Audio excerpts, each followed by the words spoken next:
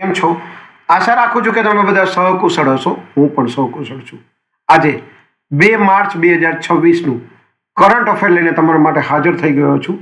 તો ચાલો મોડું ન કરતા આજનો વિડીયો શરૂ કરીએ છીએ. એની પહેલાં કહેવા માંગીશ કે ચેનલ પર નવા હો તો સબસ્ક્રાઈબ કરીને રાખજો. વિડીયો જો પસંદ આવે તો એક લાઇક કરી દેજો અને ભાઈબંધ દોસ્તાર ફેમિલી મેમ્બર સાથે આ વિડીયો શેર કરવાનું ન ભૂલતા, જે પણ ગવર્મેન્ટ એક્ઝામની તૈયારી કરતા હોય. ચાલો મોડું ન કરતા આજનો વિડીયો શરૂ કરીએ છીએ. 2 માર્ચ 2026 કરંટ અફેરનો પહેલો પ્રશ્ન. કોલ્લી હિલ્સમાં પ્રથમ ડાર્ક સ્કાય પાર્ક ક્યાં શરૂ થયો? સાચો જવાબ છે તમિલનાડુ. બીજો પ્રશ્ન છે એઆઈ આધારિત મોબાઈલ એપ ઇનસાઇડર કોણે લોન્ચ કરી? સાચો જવાબ છે જીઓ ફાઇનાન્સ. ત્રીજો પ્રશ્ન છે ભારતમાં પ્રથમ રાજ્ય નવાચાર મિશન એટલે કે સિમ ક્યાં લોન્ચ થયું? સાચો જવાબ છે ત્રિપુરા. ચોથો પ્રશ્ન છે ગ્લોબલ ટેક્સટાઇલ કોન્ક્લેવનું આયોજન ક્યાં થયું? સાચો જવાબ છે હરિયાણા. પાંચમો પ્રશ્ન છે પદ્મશ્રી વિજેતા ટીકે ઉસ્માનનું નિધન થયું, તેઓ કોણ હતા? સાચો જવાબ છે સમાજસેવક.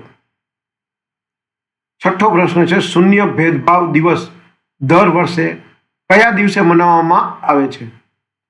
સાચો જવાબ છે 1 માર્ચ. સાતમો પ્રશ્ન છે ગુંજ 2026 યુવા મહોત્સવ ક્યાં આયોજિત થયો? સાચો જવાબ છે જમ્મુ કાશ્મીર.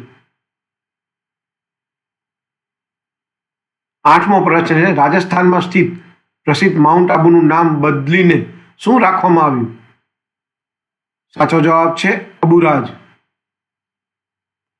નવમો પ્રશ્ન છે દુનિયાની સૌથી જૂની ચટણી કળા કયા દેશમાં શોધાઈ?